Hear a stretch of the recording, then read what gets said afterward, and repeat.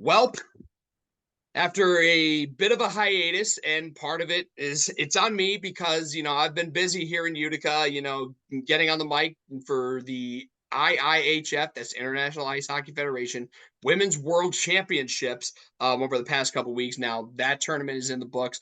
I'm back, and I know the college basketball season ended officially a week ago today, but we had to wrap this up because, as you all know, your Seton Hall Pirates are the 2024 NIT champions and have the distinction, and I gotta say it, the 69th best team in the country. Although they were receiving AP votes, but that's beside the point. We're gonna recap that magical couple days in Indianapolis here on this edition of Hoist the Colors. I'm Tim Best. He's Pat Madden. Pat, it's been a long time. How we doing? And how are we feeling about, again, we get to see a banner that's going to be raised in Walsh and at the Rock in about 7 months. Yeah, I mean it's that that's you feel it. You sort of have mixed feelings, a little bit of mixed feelings about it. On the one hand, we talked a little bit before about how uh, the game, particularly the championship on Thursday, would have been a lot better if it had been played as an early round NCAA tournament game, be it a playing game in Dayton or a 7-10 game between Seton Hall and Indiana State. But on the other hand, you can't. That Seton Hall's ending the season on a 5-game winning streak, and they won. Winning an NIT title. It doesn't mean the same as what happened up of Connecticut last week, but it still means something. It's still something that you can look back on this season. There was still a lot to like about this season before they won the NIT, but this is, as I said in our last episode, sort of the cherry on top of the sundae. This is sort of about the culmination of a team that, you know, tr- was brought their effort almost every night during the season, and it manifested itself in getting a championship. Uh, be it the NIT championship, it obviously the NIT championship. We talked about this on the last episode. It obviously doesn't mean the same thing as it meant when Seton Hall won it back in 1953.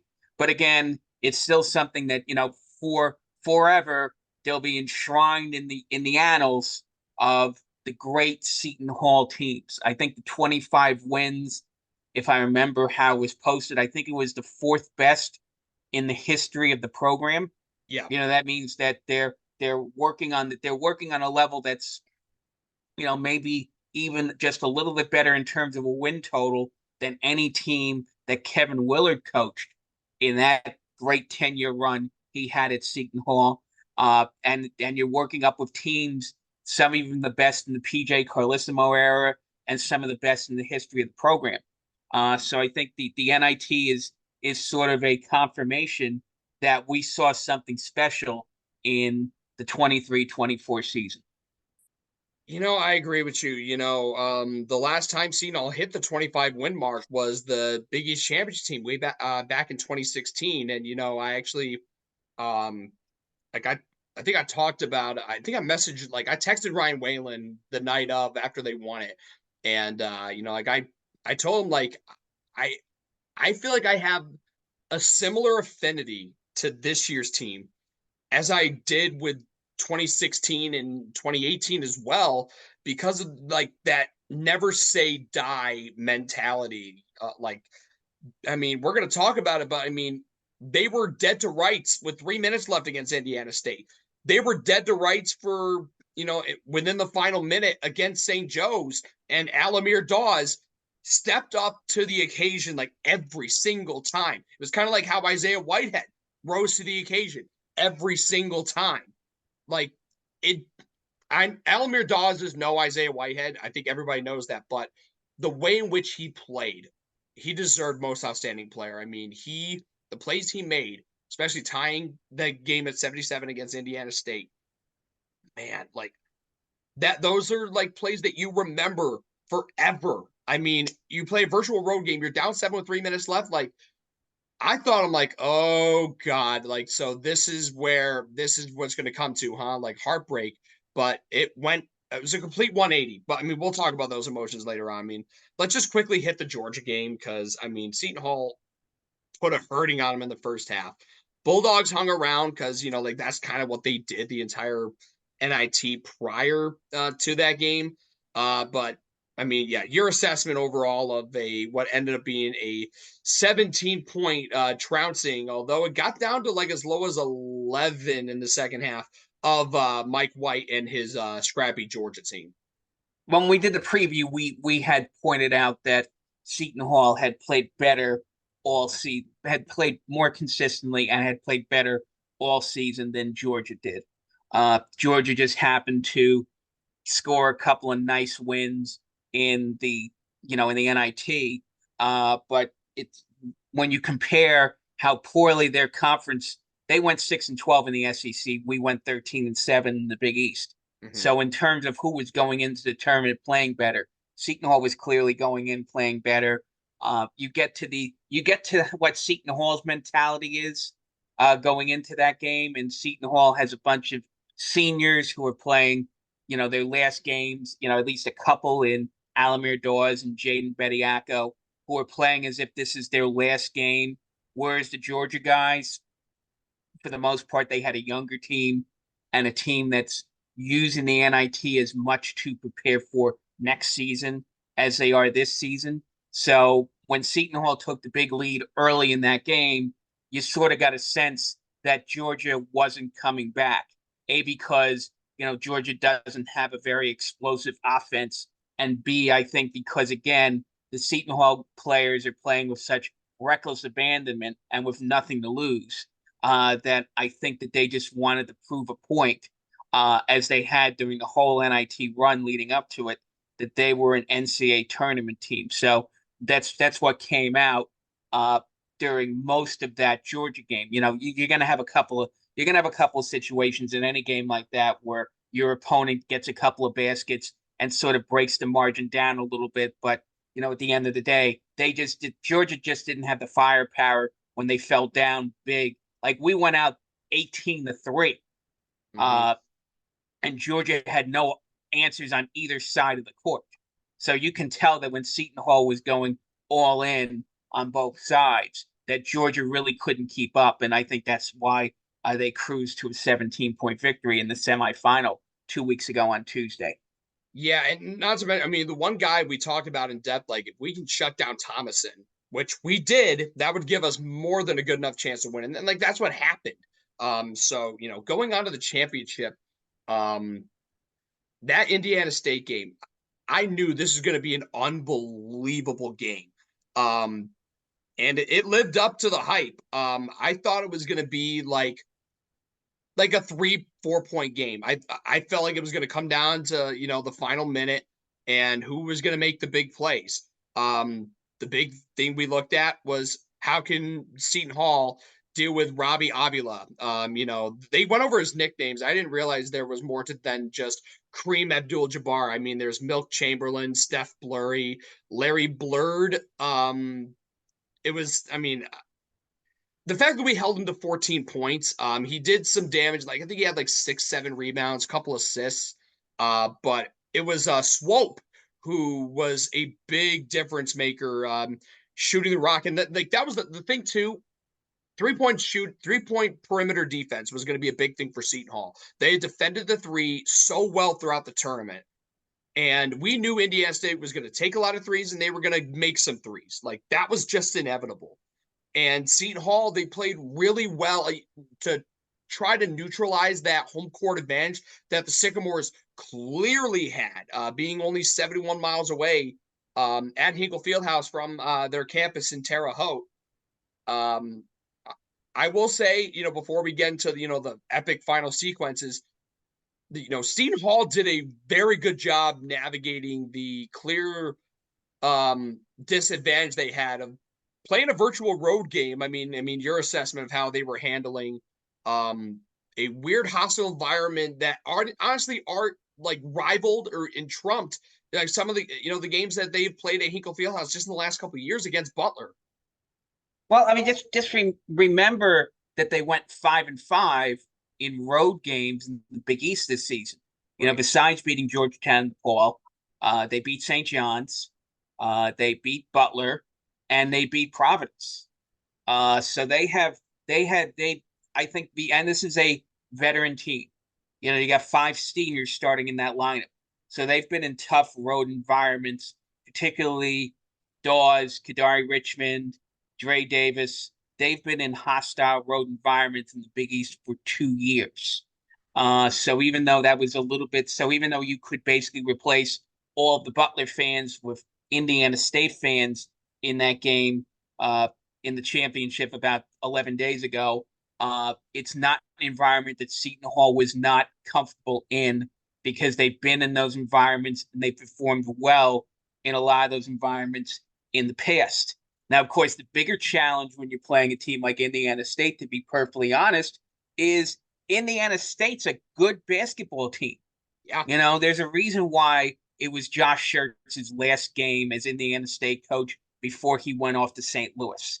It's no accident that those best players on Indiana State, Swope, Kent, and Avila, are all in the transfer portal and probably going to get offers from bigger name schools than Indiana State because those guys can play.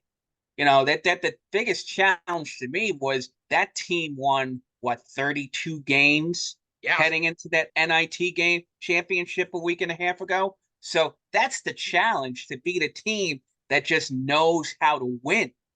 Uh, and they certainly, Seton Hall put them down by 11 in the first half, but you didn't get a sense that Indiana State was going to lay down and die, and they didn't. And there was that one stretch, going into those last few minutes that Indiana State started to take control of the game. I think it was this guy Cornwell Conwell on Indiana State, one of the Yeah. best 3-point shooters, who Seton Hall had kept in check the whole game until he goes 0 for 8 until or 0 for 7 until he hits a big three that took a 1-point game to a 4-point game.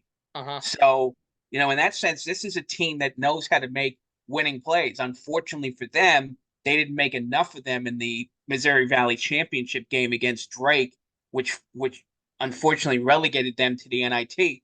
But in the same, they had something to prove because they think that the selection committee, I think a lot of people after watching that game think that the selection committee made mistakes letting schools in like Virginia and Colorado State. And maybe they should have let Seton Hall and Indiana State in instead of some of those teams that played so miserably, who were the last teams that got into the tournament. So they had the same chip in their shoulder, and they had the home, which I think when we previewed game a little bit a couple of weeks ago, the home court advantage is a double-edged sword. You could play tight in front of a home court, because the expectations are on you are so high. But then the flip side is, once you settle into that game, you you you work off what the fans are giving you.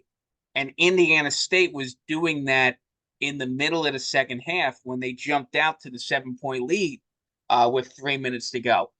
They were building off that crowd, and that crowd was getting louder and louder. And then we get and then the switch got flipped during those last 3 minutes. So, and by the way, the one thing that has been like a talking point and like a criticism of Shaheen Holloway is that he's had his share of difficulty calling timeouts at the right time. He called this timeout at the perfect time. You're down 7. I believe that was the biggest deficit that they had faced the entire game. And they just had gone on an 8-0 run. And that was after, like, I think we took the lead at 70-69 after a insanely great play where Hutchins Everett just tossed it up to Kadari. He was held and made a one-handed alley-oop layup for an and one and finished it off. And then Indiana State, they responded with an 8-0 run.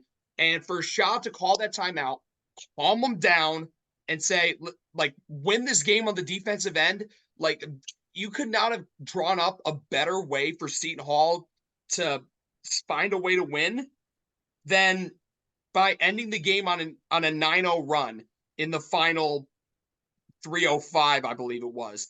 Like, if you look at the sequence of events after the three by, I think it was Swope that hit it. Yep, it was. Who was their leading scorer? Um, Call timeout with 2:54 on the clock. Kadari gets a second chance bucket. I was worried when Avila got a wide open look. Thankfully, he missed the three. So that's 0 for 1. And then on the other end, I mean, we had multiple chances on like after going like I think two offensive rebounds or maybe even three, not coming up with a basket was, disheartening. But we didn't allow Indiana State to get any second chance opportunities because Swope missed a three on the other end. We get a rebound. Al makes two free throws, automatic. We get another missed three and a rebound, and Dawes makes a big three to tie it up. And then I think they had one offensive rebound before the final play, and got a missed layup. Bediako gets the rebound. I mean, for them to hold them to like I think 0 for 6 or 7 in the final 3 minutes, that's the identity of the Seton Hall team, and you could have not written a better ending to this game than defense coming up big, and then the hometown kid, Trey Davis, being the one that gets the eventual game-winning bucket. I mean, I couldn't be happier for Trey. I really couldn't. Well, we know one thing I'm looking at. There was a similar game that we played. Circumstances were a lot different, but the game was almost as big when we played at Georgetown the first week of January. Uh, and if you look at the play-by-play, I just looked it up because I remember there was a lesson learned in that there were lessons learned in two games if you really think about it. One is this Georgetown game where we're down by 3 with 3 minutes to go. Season's sort of on the line because even though it's early in January, it's a game that Seton Hall couldn't afford to lose. Yeah. Because then you blow all the momentum from the big wins against Connecticut, at Providence, and Marquette. Then you dump a loss at Georgetown, and that sort of kills any momentum you've got. And they got off and it's funny. The second game I'm thinking of is on the same road trip, which was the game at Butler. Yeah. We take a nice lead first half in the game at Butler. And I think Butler had a lead in the last like 3 minutes, and then the defense just shut Butler down. And Seton Hall made a couple of plays them to get a second big road win on that early January road trip, which got Seton Hall to the top of the Big East standings and got Seton Hall almost ranked after they swept those two tough road games against Georgetown and Butler.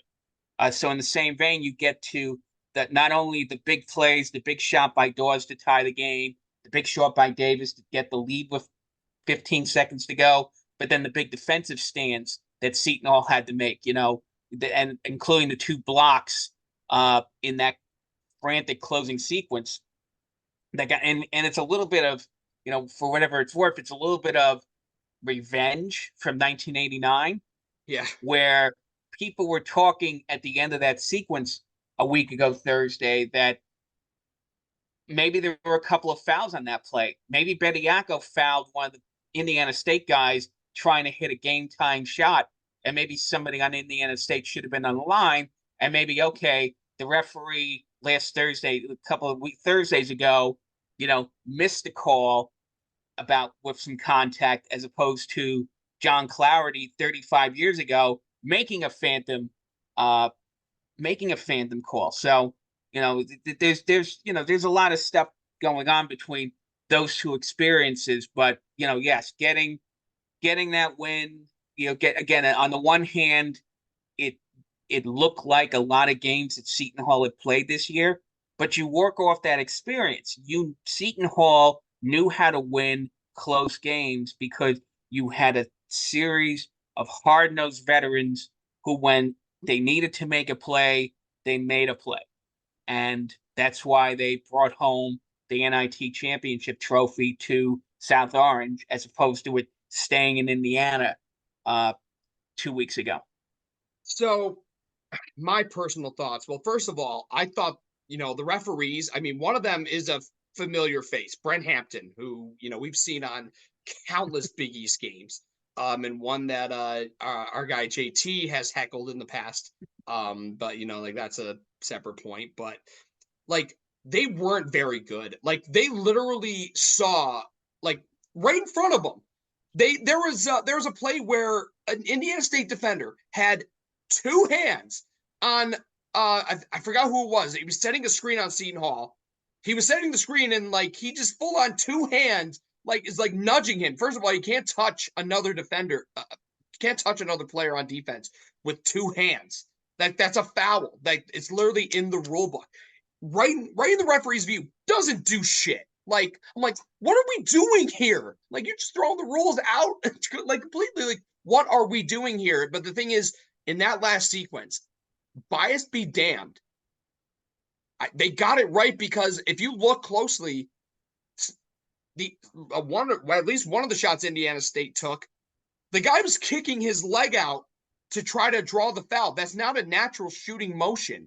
So I think it was good on the refs to not call a foul. Like Bediako had a clean block on the first one. The second one was the one that was in question, but the one I mentioned where the guy clearly kicked his leg out. That it's clearly not a natural shooting motion. Like I know I've seen Al do that plenty of times, but like he didn't get rewarded for it. So you got to keep it the same on both sides of the floor, and they did. Like that's the one thing. If you're going to be good or bad, at least be consistent. And they were consistent. Like I will give them that. And they were consistent on that final hectic sequence. And I just remember thinking, I went from we're screwed with 3 minutes left after Swope hit that three to make it a 7-point game to like, oh my God, we just won the NIT in the craziest way possible. Um, I really again I couldn't be more proud of that team and that whole coaching staff for like they handled and weathered that storm as well as you could possibly ask for to go down seven in a hostile environment like that and respond with a 9-0 run to win an NIT championship. I know it's not, it's not the NCAA tournament, but still, it's a trophy and a banner that's going to be residing in South Orange till the end of time. So like that's the silver lining. And you know what? As much as I would have loved to be in the NCAA tournament, the silver lining is we're NIT champs. We got a trophy. We got a banner coming soon. Like I'm more than okay with it. I can live with that. And honestly, I think it's low key a better alternative, the better option of the two. Yeah, it is. I mean, I don't know. I think a lot of people. It's. I guess the good news is that the NIT experience excited the fan base. At a time where a lot of people were down. A lot of people like you read, like for example, to make a comparison, you read St. John's Twitter over the past 3 4 weeks, and they're trying to figure out. They're harassing the selection. They're harassing analytics people. Get your analytics right because why did the committee screw St. John's? And people have been cracking jokes about Dr. McClellan and all that other stuff, but at least the guys on the court, they had their platform to make their statement the way that basketball people really appreciate that statement. I mean, sometimes when you get screwed out of the NCAA tournament, it's not a math problem. It's you basically at this point they got their chance to redeem themselves.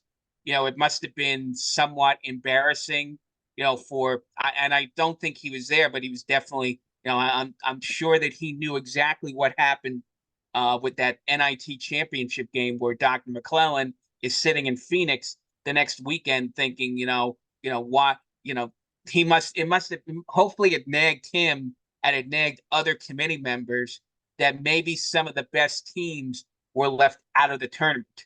The quality of play between Indiana State and Seton Hall during the whole NIT was clearly better than a lot of teams that snuck into the tournament in the last at-large spaces. Teams like Nevada, teams like Colorado. We're going to mention the same, we're going to mention the same culprits, throughout the end of time, and then, but then you have to transition things over to next season, and you have to be ready to keep this from happening again. Yeah. you have to basically don't put yourself in position the second time around with a commit. And I'm sure people at St. John's and Providence are thinking the same thing, and everyone's doing their work. We're not going to get into a lot of details about this, but everyone's doing their work in the portal right now, or trying to maintain their rosters to try to get themselves in a position where they're better next season than they were this season. So they get those one or two wins that might have been the difference between getting an at-large bid and having to settle for an NIT bid. Like it was crazy to see like St. John's, Ole Miss, Oklahoma. I think Pitt also opted out of the NIT, and like I hope, and I know this is gonna change because Fox is making that new event like that is beyond stupid. Like, I mean, this is just, I mean, I'm not afraid to say it because, like, you got to call it for what it is, which is just one of the shortest sighted and dumbest ideas I've ever seen hit college basketball in a very long time. I But feel bad that John Fanta had to make a tweak to try to make it sound good. Oh, we have the crown. They're calling it the crown, which I don't know. I mean, I think the little gold hatted Burger King is worth more than the college basketball crown. You putting the sixth, seventh, and eighth place teams in the the Big 12, the the Big Mountain East, West, and the Big East. I think the Big Ten might be involved in it Oh, too. I thought the Big Ten, the SEC were out, but regardless of what it is, you're putting, and I don't know how it's going to work out whether those conferences have to reject participating in the NIT to participate in this made for TV. I'm hoping this made for TV monstrosity doesn't even make it to the ground. It's a good thing that it's one thing for Fox to announce in the middle of March that they're going to have this, second college basketball tournament. I mean, I think even Tim Brando saw it and is like, what are we doing here? Mr. Fox himself, who probably gets to call some of these games next spring is like, what am I doing here? Do I actually have to call these games between these mediocre teams who are being forced into? I mean, and other people are talking about, by the time you get to when that tournament starts, which is apparently a week after the NCAA tournament starts, half of these rosters are going to have guys in the transfer portal. So then, what are you going to play like all the backups of these teams? So You get the I walk-ons sort of, time. yeah, I sort of think that this thing sort of dies a slow death before it even makes it to the court because I do think that a a lot of these mediocre teams in these big conferences, as you hinted at, don't really want to play the NIT. And if they do it, they're doing it. And a lot of them are playing like even Providence. Devin Carter didn't play in the NIT, which was a good decision for him because the last thing you want to have is have a serious injury in sort of a game that doesn't mean a lot.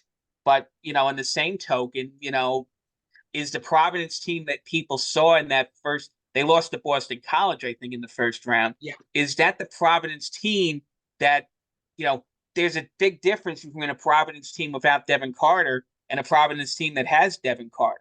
Yeah. So, even then, what are they what's sort of the point of all this if, you're going to have players opt out, you're going to have teams opt out, so I sort of think that, whatever happens what's ever currently happened with the NIT with with a whole bunch of the best teams that could be in the NIT sitting it out, they're going to force half rosters to play in this college basketball crown thing. Because I guess on the one hand, Fox is investing a lot of money into it, and the other hand, It's shitty you know, investment.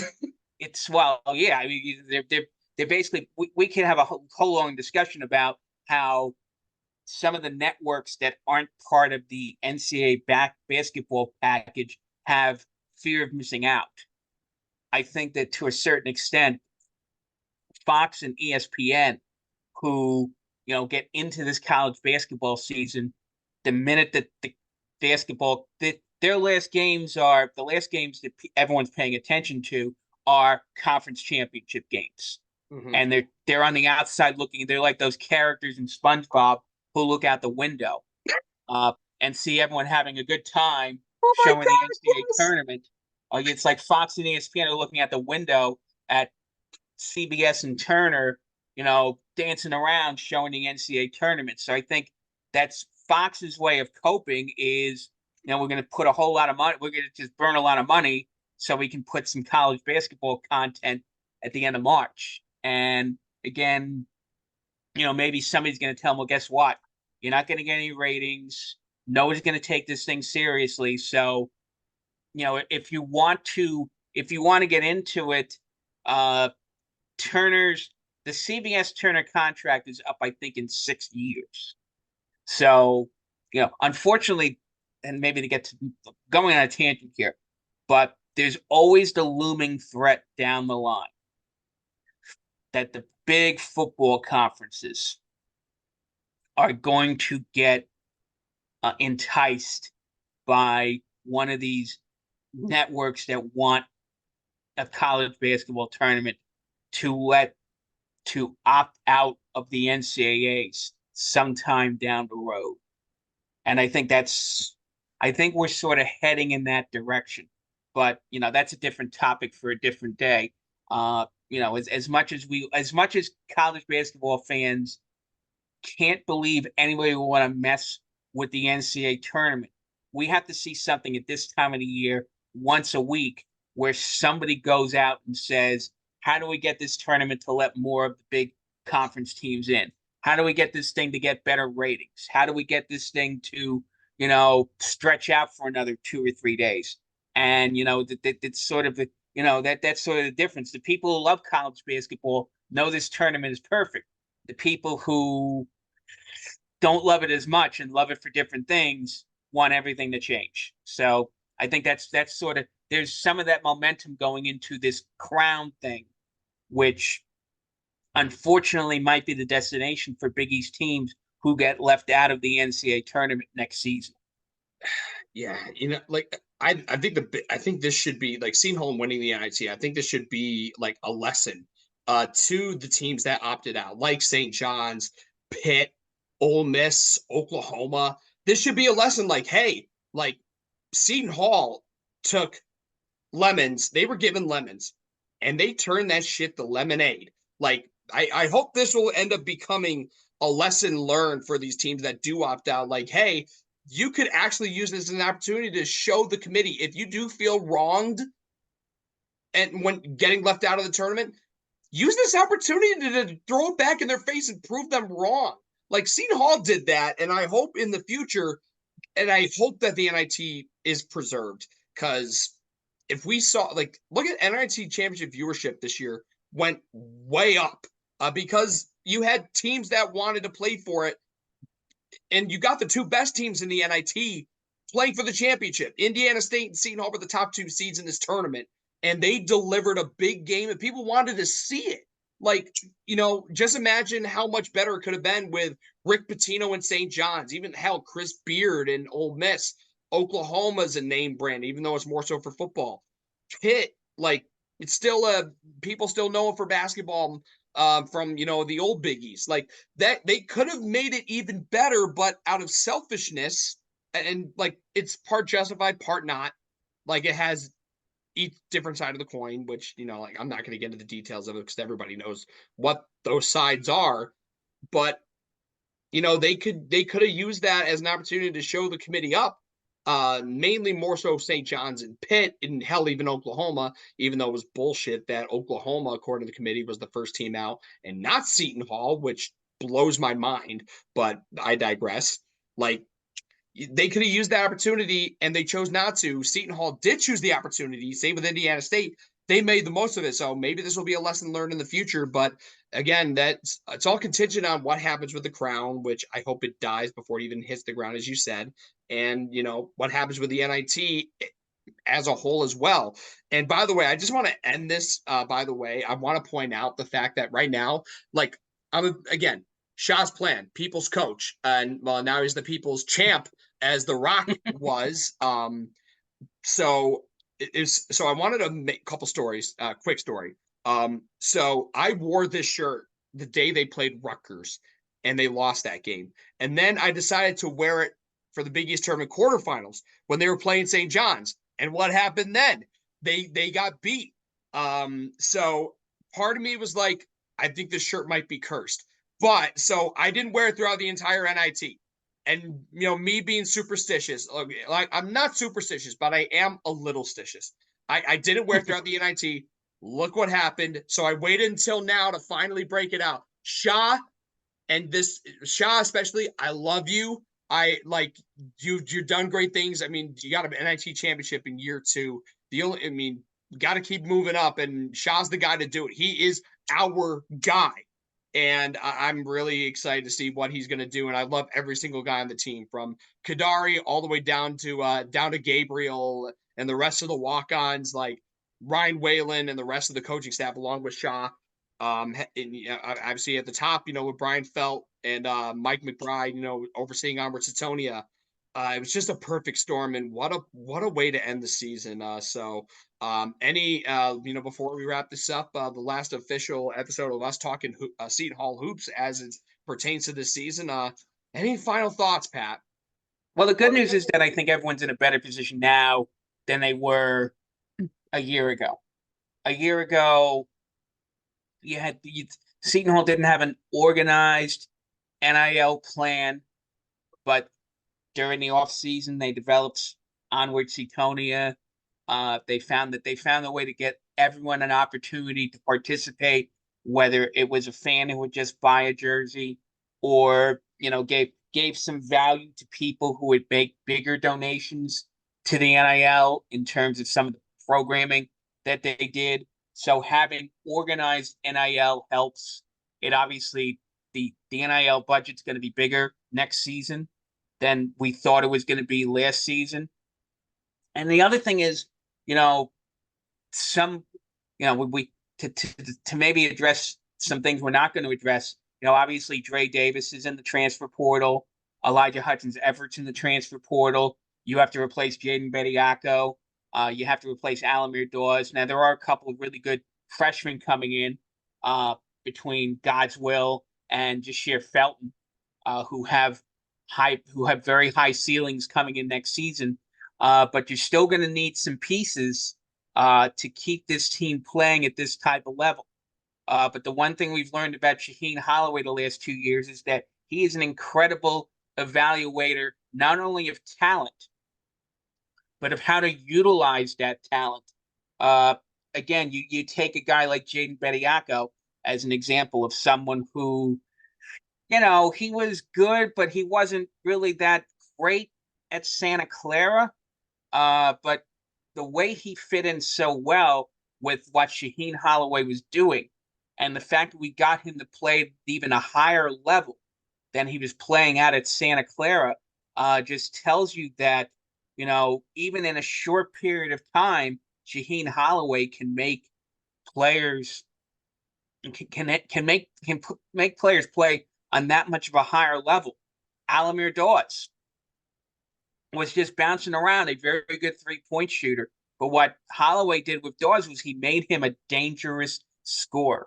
And then Dre Davis, another guy who, we know talent-wise he could score on all three levels.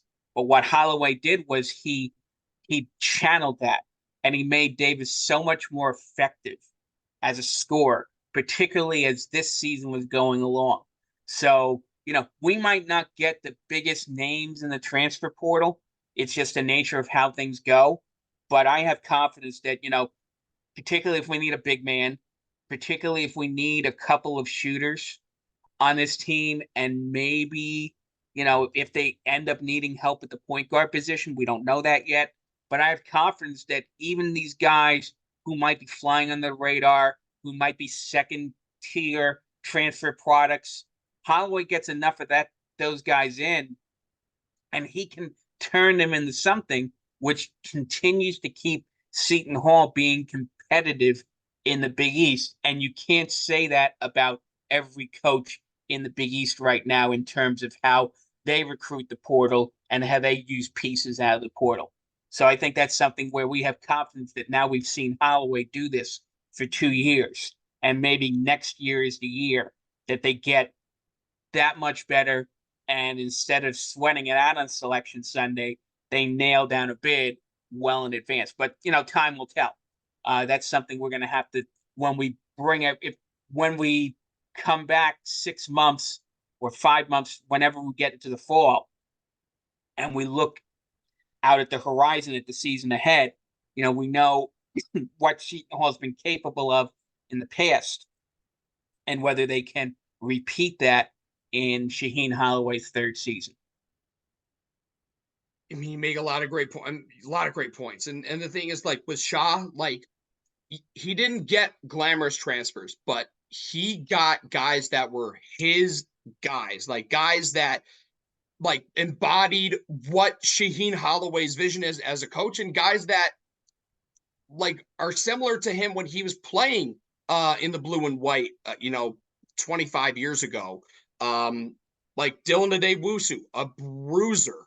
Alamir Dawes, another North Jersey kid who played with a chip on his shoulder, and was able to channel his scoring ability like Shaheen Holloway.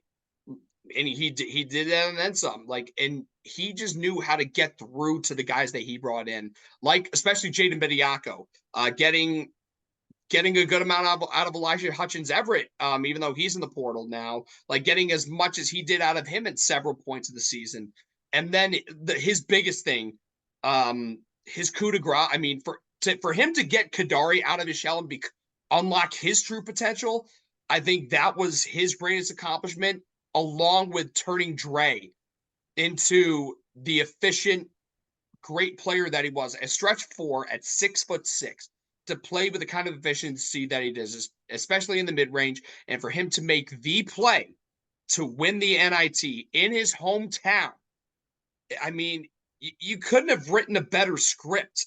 The only one that could rival that is the movie that came out in the 80s about the team that won the Indiana State High School Championship in that exact building. Of course, I'm talking about the movie Hoosiers. That's the only one that could possibly top that.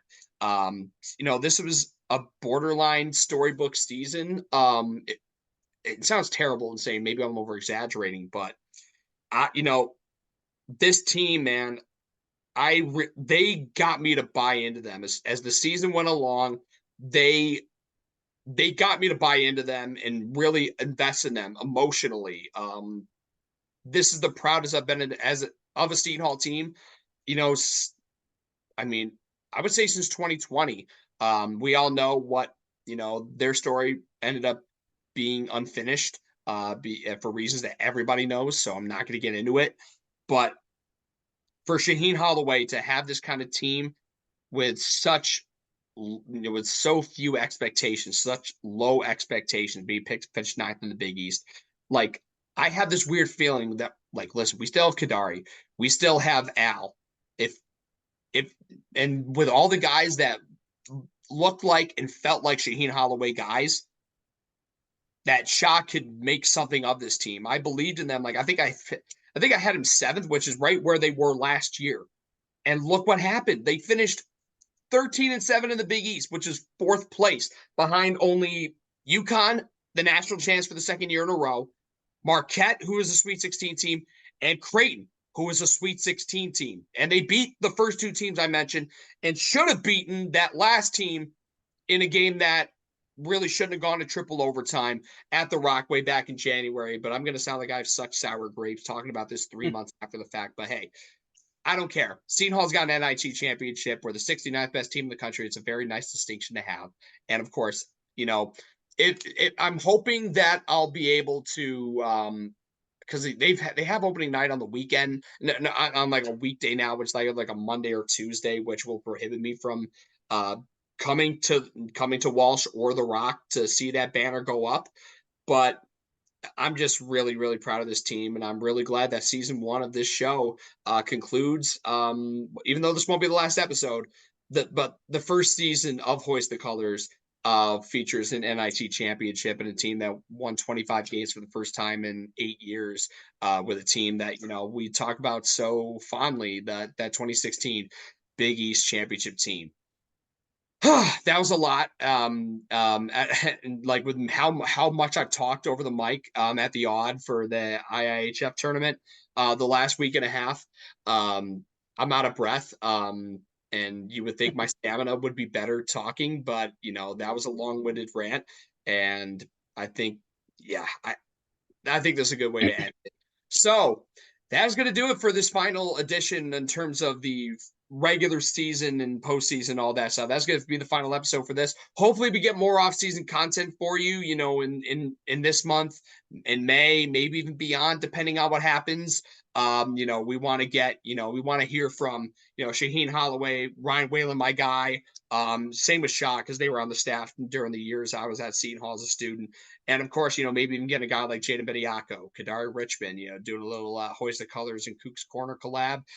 We'll see about that. But at the bare minimum, I want Jaden Bediako because, I need him to spit his knowledge on Greek and Roman mythology at the very least. So we'll keep you updated on all that as time goes by. But until next time, this is again for Pat Madden. I'm Tim Best. Thanks again for tuning in. And until next time, onward to Tonia, Super Go Pirates, NIT Champs 2024.